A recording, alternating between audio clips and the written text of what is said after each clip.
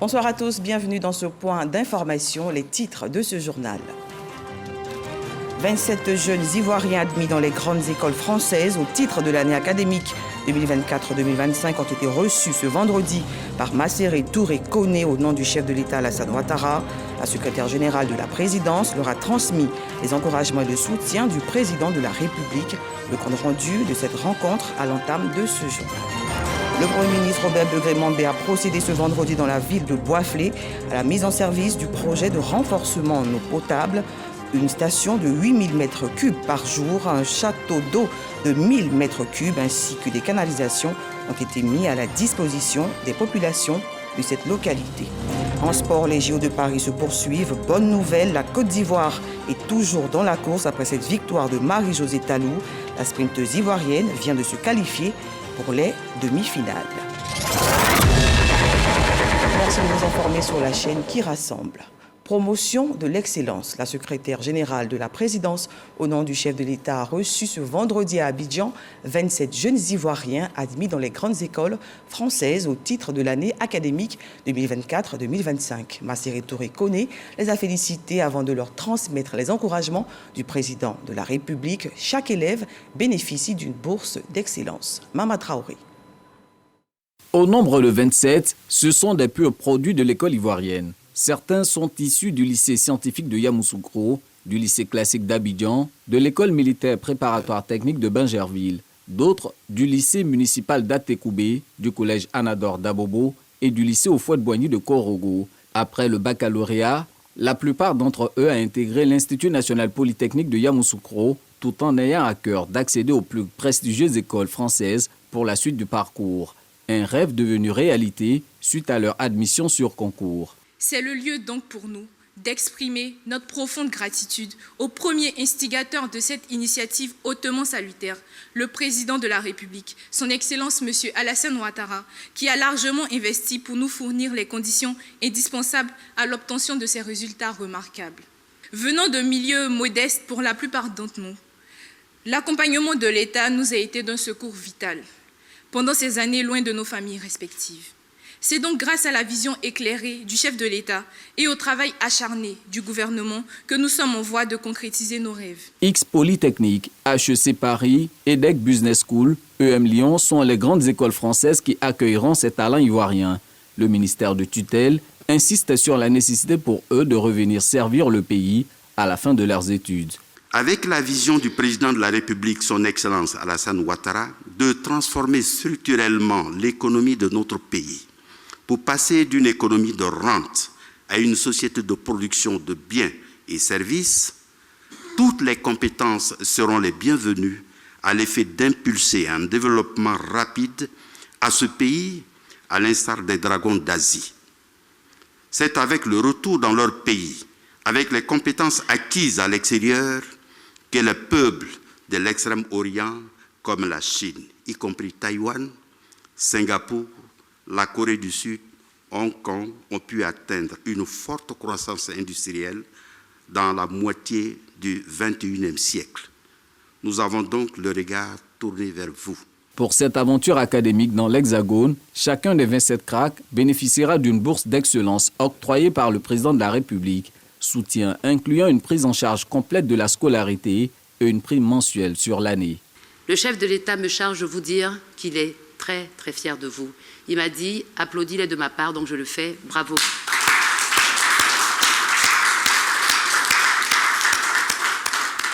Il me charge de vous adresser ces très vives et chaleureuses félicitations. Il me charge de vous dire que vous avez tous ces encouragements et vraiment son entière confiance. Le chef de l'État souhaite que vous continuiez de travailler comme vous l'avez toujours fait, que vous continuiez de travailler, que vous soyez responsable et exemplaire. En un mot, il souhaite que vous soyez les ambassadeurs de la Côte d'Ivoire dans toutes les grandes écoles que vous allez regagner bientôt, que vous soyez vraiment les dignes représentants de la Côte d'Ivoire. Les 27 admis dans les plus prestigieuses écoles françaises seront les invités du chef de l'État aux festivités marquant l'an 64 de l'accession de la Côte d'Ivoire à l'indépendance. Adduction en eau potable dans la Maraoué, promesse tenue par le président Alassane Ouattara. Les populations de cette région sont bénéficiaires, comme 11 autres localités du pays, d'un renforcement en eau potable d'un montant de plus de 170 milliards de francs CFA. Robert Begré-Mambé a procédé ce vendredi dans la ville de Boisflé à la mise en service du projet, un acte de développement auquel adhèrent les populations. Franck Wadio, Adama Kiri. De l'eau à profusion désormais disponible à Boisflé. Par ce geste, le Premier ministre Robert Begré-Mambé met en service la station de traitement d'eau potable d'une capacité de 8000 m3 jour, ainsi qu'un château d'eau de 1000 m3 en plus de canalisations afférentes. Un soulagement pour les populations de Boisflé, une des 12 localités à bénéficier de ce projet global de renforcement en eau potable initié en 2020 par le chef de l'État. Nous avons eu beaucoup de problèmes d'eau. Mais à compter d'aujourd'hui, nous savons que nous tous, la commune et les sites habités, sommes très heureux d'avoir l'eau près de nous. On a du mal à boire. Si aujourd'hui nous avons de l'eau potable, mais c'est une aubaine pour nous. On ne fait que remercier le président et le ministre, et surtout notre fils Dropi Epifane. Les populations traduisant les remerciements officiels exprimés par le maire Etienne Yao et le président du conseil régional Epifane Zorobalo. Et cela a raison, cette deuxième station de traitement d'eau, selon le ministre de l'Hydraulique, offre une palette d'opportunités sanitaires aux populations. Le projet vise d'abord à sécuriser et à renforcer la production d'eau potable avec un temps de fonctionnement de 20 heures. Ensuite, à améliorer le fonctionnement hydraulique du réseau et la qualité du service. Et enfin, à étendre la desserte aux zones d'expansion urbaine et aux localités environnantes. Mesdames et messieurs, à ce stade de mon propos, je voudrais rendre un hommage mérité au ministre Laurent Tchagba, mon prédécesseur au ministère de l'Hydraulique, qui a lancé ces travaux aux côtés du chef de l'État il y a 4 ans. Ce projet sanitaire de Boisflé d'un coût de plus de 11 milliards de francs CFA vient en renforcement des différents projets initiés par le chef de l'État pour le développement local. Le Premier ministre l'a notifié. La région de la Maraoué et sa capitale sont au cœur des préoccupations du gouvernement. Le gouvernement se concentre sur la réhabilitation et le remplacement des pompes à motricité humaine en milieu rural, la mise à niveau et le renforcement des réseaux de production et de distribution d'eau en milieu urbain avec la construction de plusieurs châteaux d'eau. Dans le domaine de l'eau, nous avons signé une grande convention avec Exim Bank Chine et c'est au total plus de 170 milliards de francs CFA que nous avons pu dégager pour alimenter en eau potable près de 12 villes en Côte d'Ivoire.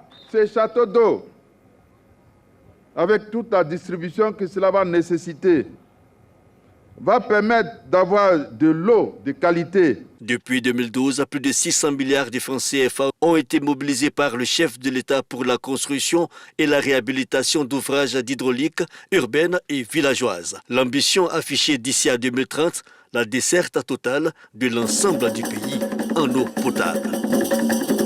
Dans la même veine, nouveau dynamisme de l'agence intergouvernementale panafricaine eau et assainissement en Afrique. Les 15 pays fondateurs sont depuis le 31 juillet 2024 en conclave à Yamoussoukro. Au programme restructuration de l'organisation par des réformes institutionnelles. Ces assises ont pris fin aujourd'hui, vendredi 2 août, en présence du chef du gouvernement ivoirien.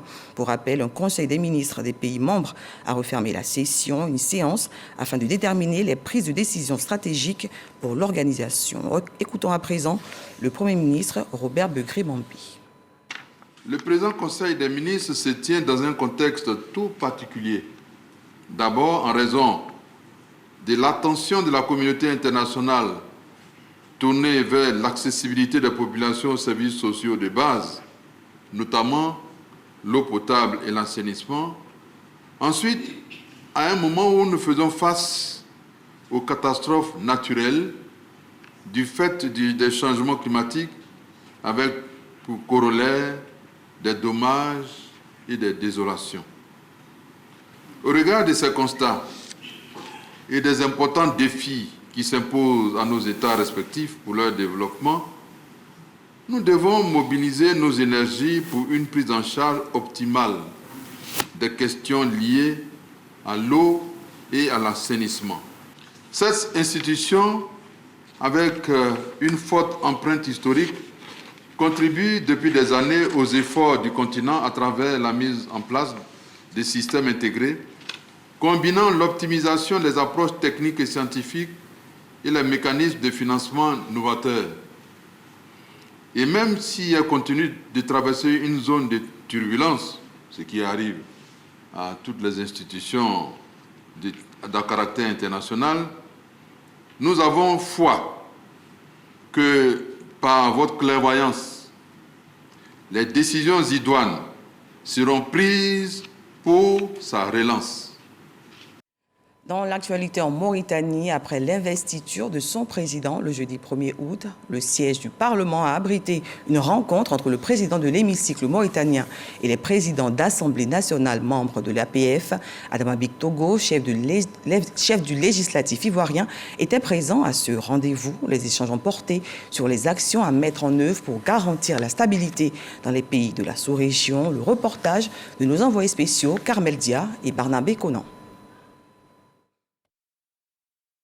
Le président de l'Assemblée nationale, Adama Bictogo, et des membres du bureau de l'APF, l'Assemblée parlementaire de la francophonie, ont été reçus par le président de l'Assemblée nationale de la Mauritanie. Cette rencontre a réuni des délégations venues de plusieurs pays, dont la République démocratique du Congo, le Cameroun et la France. Pour Adama Bictogo, ce cadre d'échange entre parlementaires membres de l'APF permet de réfléchir et de trouver des solutions aux problèmes que rencontrent certains États africains grâce à la diplomatie parlementaire. Notre présence ici obéit aux conclusions de notre sommet à Montréal.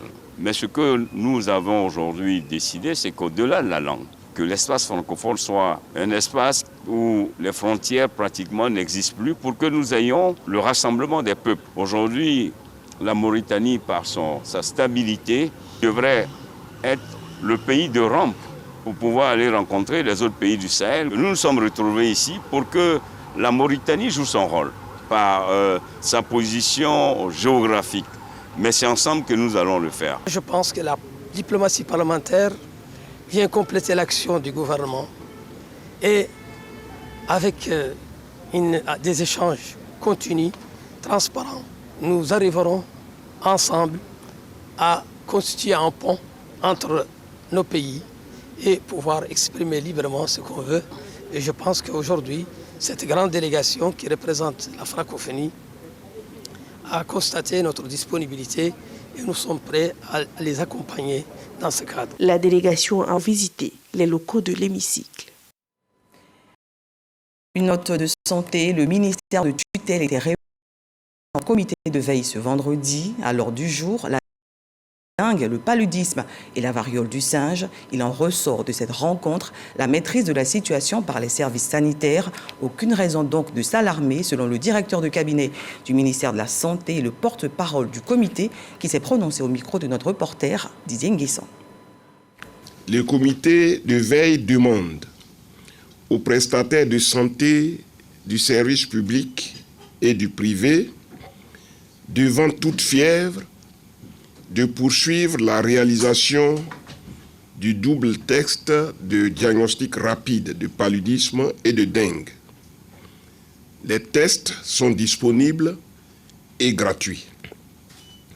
La lutte antivectorielle, démarrée dans la grande ville d'Abidjan, va s'étendre et s'intensifier dans les 33 régions sanitaires du pays. Dans le cadre de la lutte antivectorielle, la population doit s'attendre au passage des véhicules et des drones qui vont pulvériser des insecticides pour tuer les moustiques de la dengue et du paludisme. Le ministère en charge de la santé recommande à la population d'ouvrir portes et fenêtres au passage des véhicules et des drones. Les populations doivent procéder systématiquement à l'enlèvement et à la destruction des pneus usagés et de tous autres objets pouvant contenir de l'eau où se multiplient les moustiques vecteurs de la dengue et du paludisme. Le ministère en charge de la santé rassure la population que la prise en charge de la dengue et du paludisme dans le secteur public reste gratuite. Concernant la variole du singe ou monkeypox, le ministère en charge de la santé rassure la population qu'il n'y a pas d'épidémie de variole de singe à ce jour. 6 cas sporadiques et isolés ont été notifiés. Notons qu'il n'existe pas actuellement de contamination interhumaine. Toutefois, il est recommandé aux populations de ne pas manipuler les animaux sauvages. Le ministre chargé de la Santé recommande à la population de consulter le plus rapidement possible le centre de santé le plus proche devant tout cas de fièvre ou d'éruption cutanée. Exploration pétrolière, la Côte d'Ivoire signe un nouveau partenariat avec une entreprise américaine, une convention portant sur la mise en valeur de 3 blocs pétroliers. Cette collaboration a été actée mardi dernier dans la commune du Plateau en présence de nos reporters Jean-Michel Quadio et Léon Brou. Cette signature traduit un nouveau partenariat entre la Côte d'Ivoire et Elephant Oil, entreprise américaine d'exploitation pétrolière. Quitus lui est ainsi donné pour la reprise des recherches d'hydrocarbures en onshore. Concrètement, l'entreprise va explorer le bassin sédimentaire ivoirien à la recherche de gisements pétroliers. Cette fois-ci, en terre ferme. Ce contrat porte sur 3 blocs pétroliers, à savoir les blocs CI 520, CI 521 et CI 522. Les opérations en terre ferme sont d'autant plus importantes qu'elles nécessitent moins de technologie qu'en mer. Elles sont moins coûteuses et elles ont une technologie beaucoup plus accessible pour des pays comme le nôtre. Donc je voudrais déjà saluer l'équipe de négociation qui a abouti à ce résultat. 52,5% des bénéfices seront pour l'État de Côte d'Ivoire et je crois les 47,5% seront pour le consortium. Le pays est bien développé, a beaucoup de ressources et surtout un merveilleux peuple. Nous sommes impatients de commencer à travailler ici en créant beaucoup d'emplois avec un contenu local, comme souhaité par le président Ouattara. 7 blocs pétroliers composent la zone onshore, la première à accueillir l'exploitation pétrolière de la Côte d'Ivoire entre 1952 et 1954, avant la migration vers les zones offshore, c'est-à-dire en eau profonde. Une nouvelle de quoi réjouir les automobilistes d'Abidjan, l'échangeur de l'amitié ivoiro-japonaise au croisement. Les communes de Marcory et Treichville est quasi prêt. La deuxième phase du projet sera achevée dans une dizaine de jours. Le ministre de l'Équipement et de l'Entretien routier était ce jeudi sur le chantier de cet ouvrage. Lanciné Bakayoko. La deuxième phase du projet d'aménagement de l'échangeur de l'amitié ivoiro-japonaise, situé à l'intersection des communes de Marcory et de Treichville, est quasiment fini. Nous sommes à un taux de réalisation d'un peu plus de 96%. Ça veut dire que l'ouvrage est quasiment terminé. Dans 10 jours, l'ouvrage sera terminé et on attendra donc les instructions de M. le Premier ministre pour pouvoir inaugurer et ouvrir officiellement à la circulation. Restent quelques travaux résiduels d'embellissement de l'ouvrage.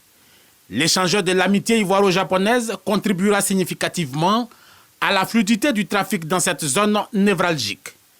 Cette deuxième phase du chantier permettra de séparer les flux de circulation entre Marcory et Treichville, évitant ainsi les croisements entre les usagers venant de ces deux directions. Je voudrais féliciter tous les acteurs, l'AGEROUTE, l'entreprise, la mission de contrôle, qui ont fait un excellent travail.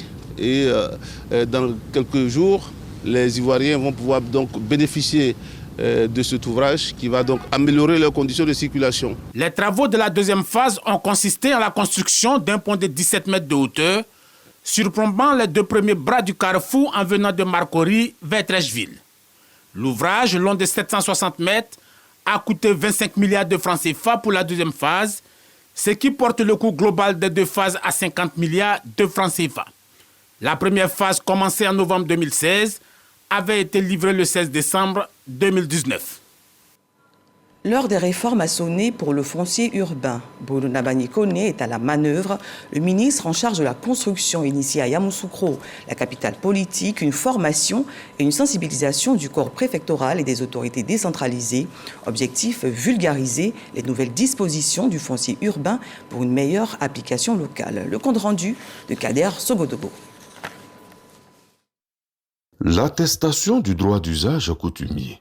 Le système intégré de gestion du foncier urbain, la procédure de délivrance des ACD, la création de l'Agence nationale de l'habitat, l'ANA, pour ne citer que celles-là. Elles sont nombreuses les réformes pour améliorer les prestations du ministère de la construction, du logement et de l'urbanisme au profit des populations. Le temps est venu pour le ministre Bruno Nabagné Koné d'initier une formation et une sensibilisation de certains acteurs clés de prise de décision que sont le corps préfectoral et les autorités décentralisées. Au sortir de ce séminaire, nous aurons suffisamment de lisibilité et surtout assez d'éléments de réponse à donner aux promoteurs immobiliers ou de lotissement dans nos différentes localités. Au bout, une meilleure appropriation du corps préfectoral et des autorités décentralisées.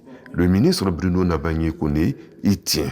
La question foncière et même toutes les questions touchant le cadre de vie concernent toutes nos populations. Et nous avons besoin pour cela d'associer à notre action les acteurs, ceux qui animent au quotidien ces espaces-là. Et ceux qui animent au quotidien ces espaces, ce sont d'abord les préfets, les sous-préfets, mais également les maires. Donc si nous voulons être efficaces dans notre mission d'accompagnement des populations, dans notre mission pour créer un cadre de vie qui soit agréable sur l'ensemble du territoire, le meilleur raccourci à prendre, c'était celui-là. Le ministre de l'Intérieur et de la Sécurité, Vagondo Diomandé, en véritable patron du corps préfectoral et de la décentralisation, engage ses hommes à la réussite de la mission. Le gouvernement ivoirien, sous l'égide de son Excellence, Monsieur le Président de la République, a fait de la sécurisation foncière une priorité nationale, avec un accent particulier sur les titres de propriété. Acteur de premier plan, vous êtes tenu de rendre ces instruments opérationnels et efficaces. Il s'agit pour vous, dans le cadre de cette autre mission, de faire en sorte que la sécurisation foncière soit une réalité dans vos localités respectives. Ces travaux qui se tiennent à Yamoussoukro ont pour thème rôle et responsabilité du corps préfectoral et des autorités décentralisées dans la gestion du domaine foncier urbain et la mise en œuvre des réformes du ministère de la Construction, du Logement et de l'Urbanisme. La Côte d'Ivoire a 64 ans le 7 août prochain. La ville de Grand-Bassam est la localité choisie officiellement pour abriter les festivités. La cité balnéaire se prépare pour mériter la confiance placée en elle par le gouvernement. L'ancienne capitale du pays fait peau neuve et c'est le moment de faire de bonnes affaires pour les opérateurs économiques. La municipalité, quant à elle, s'investit dans la mobilisation de la population. Sur place, Walter Amadou Ouattara et Zakaria Traoré. C'est un secret de Polichinelle.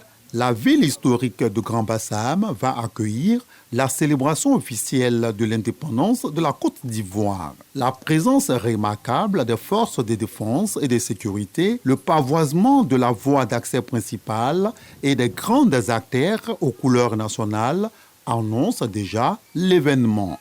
Sur le terrain, il nous est donné de constater que chaque citoyen s'implique à sa manière. C'est le cas avec cette balayeuse. Je suis très fière de contribuer à l'hygiène et à la propreté de la ville qui va recevoir des invités pour la fête de l'indépendance. Conducteurs de taxis communaux et restauratrices de quartier profitent de l'opportunité. Je sens une progression au niveau de la sauce. Parce que quand une marmite finit, je mets une deuxième marmite encore au feu. Je sens que vraiment, grâce à la fête marche. Je vendais 50 plats comme ça. Depuis l'annonce de l'indépendance, je vends un truc de 60, je peux partir même à 70 plats. On sent vraiment que la fête arrive. Ça marche à notre niveau parce que quand la ville est mouvementée, ça fait que nous les taximens, c'est bon. On est très contents. Au moins 5000 personnes sont annoncées. Le président de la jeunesse communale et des chefs de communauté de Grand Bassam sont sollicités pour contribuer à la mobilisation. Le président de la République a bien fait de choisir Bassam pour l'indépendance de la Côte d'Ivoire. Nous allons sortir nombreux pour donner un plus. Nous invitons toute la population à se joindre à nous pour cette grande fête-là. J'ai dit aux jeunes et aux différents présidents des jeunes de quartier que c'est un moment historique. La fête de l'indépendance, ce n'est pas tous les jours qu'on la reçoit dans sa commune et que c'est important de sortir massivement pour dire merci au président de la République pour toutes ses réalisations, pour tout ce qu'il a fait pour le pays particulièrement pour Grand Bassam. Nous comptons mobiliser au moins 2000 jeunes. Pour le maire de Grand Bassam, le 7 août 2024 sera inédit et toutes les dispositions sont prises. Nous sommes à pied d'œuvre depuis l'annonce de cette nouvelle pour pouvoir offrir le visage le plus attrayant de notre ville. Tout d'abord, le rafraîchissement des artères principales de la ville. Nous avons bénéficié également de pointes à temps afin d'améliorer la circulation, la fluidité routière. L'essentiel, c'est vraiment de mobiliser les populations de Grand Bassam qui sont honorées par le choix de Monsieur le Président de la République porté sur notre ville, les mobiliser afin d'être présentes massivement autour de cet événement. Et nous avons mis en place plusieurs délégations du conseil municipal qui sillonnent en ce moment même les quartiers et les villages afin de porter l'information aux populations et s'assurer que nous soyons tous nombreux présents le 7 août au matin sur l'autoroute Abidjan-Grand Bassam pour vivre ensemble et en direct les festivités de l'indépendance. Ainsi dit, la mobilisation bat son plein à Grand Bassam. Et justement, dans le cadre de ces festivités, nous vous lisons un communiqué. Le ministre de l'Emploi et de la Protection sociale porte à la connaissance des populations vivant en Côte d'Ivoire qu'en application de l'article 24.2 de la loi numéro 2015-532 du 20 juillet 2015 portant Code du travail, le mercredi 7 août 2024, jour de la fête nationale, est déclaré jour férié, chômé et payé sur toute l'étendue du territoire national. En religion, ce samedi 3 août sera installé officiellement Monseigneur Ignace Bessi, nouvel archevêque métropolitain d'Abidjan. La cérémonie se tiendra à la cathédrale Saint-Paul du Plateau. Pour rappel, Monseigneur Bessi a été nommé par le pape François le 20 mai 2024. Grâce Kondo. L'archidiocèse d'Abidjan compte 99 paroisses et environ 300 prêtres. Il sera désormais dirigé par Monseigneur Ignace Bessi Dogbo, nommé archevêque métropolitain d'Abidjan en mai 2024 par le pape François. Sa prise de possession canonique du siège archiépiscopal et l'imposition du pallium auront lieu ce samedi à la cathédrale Saint-Paul du Plateau. La première étape sera l'étape de l'accueil du nouvel archevêque d'Abidjan. Ce sera sur le parvis de la cathédrale et il y aura le nonce apostolique. On va lui présenter une croix et de l'eau bénite. Il va s'asperger et asperger tous ceux qui seront là autour de lui. Puis il va faire une entrée dans sa cathédrale officiellement pour aller s'agenouiller devant le Saint-Sacrement parce que Jésus-Christ se trouve dans le tabernacle. Viendra ensuite la deuxième étape, ce sera l'entrée en procession avec tous les prêtres jusqu'à l'autel. Et là, il va recevoir d'abord le pallium qui montre qu'il est archevêque et c'est un signe distinctif. Et puis on va l'installer sur la cathèdre qui est le siège de l'évêque. Pour cette célébration eucharistique, plus de 15 000 invités et fidèles sont attendus. Je voudrais demander à tous les fidèles et aux hommes de bonne volonté de venir nombreux accueillir notre nouvel archevêque. Il vient dans notre diocèse après avoir été à Katiola, à Korogo et descend sur Abidjan. Il vient avec beaucoup d'expérience et je pense que nous devons tous venir l'accueillir dans un premier temps. Et deuxième temps, nous devons venir prier avec lui. Prier pour que ce que nous allons vivre là puisse nous apporter des grâces. Né le 17 août 1961 à Trècheville, le nouveau prélat de l'archidiocèse d'Abidjan est originaire de Niangon-Adjamé dans la commune de Yopougon. Monseigneur Ignace Bessi Dogbo comptabilise 37 ans de vie sacerdotale, dont 17 ans de vie épiscopale. Refermons ce journal en beauté. Un tour au JO de Paris. La Côte d'Ivoire brille grâce à sa sprinteuse Marie-Josée Tallot-Smith. La vice-championne du monde aux 100 et 200 mètres s'est illustrée de la meilleure des manières. Son chrono de 10,87 sur 100 mètres lui a valu la première place de sa série. En route donc pour les demi-finales. Cette troisième tentative au JO, nous l'espérons de tout cœur, sera la bonne. Fin de ce journal, merci de l'avoir suivi. Prochain rendez-vous de l'info demain 6h30 avec Alassane Drabo. Je vous dis à très bientôt.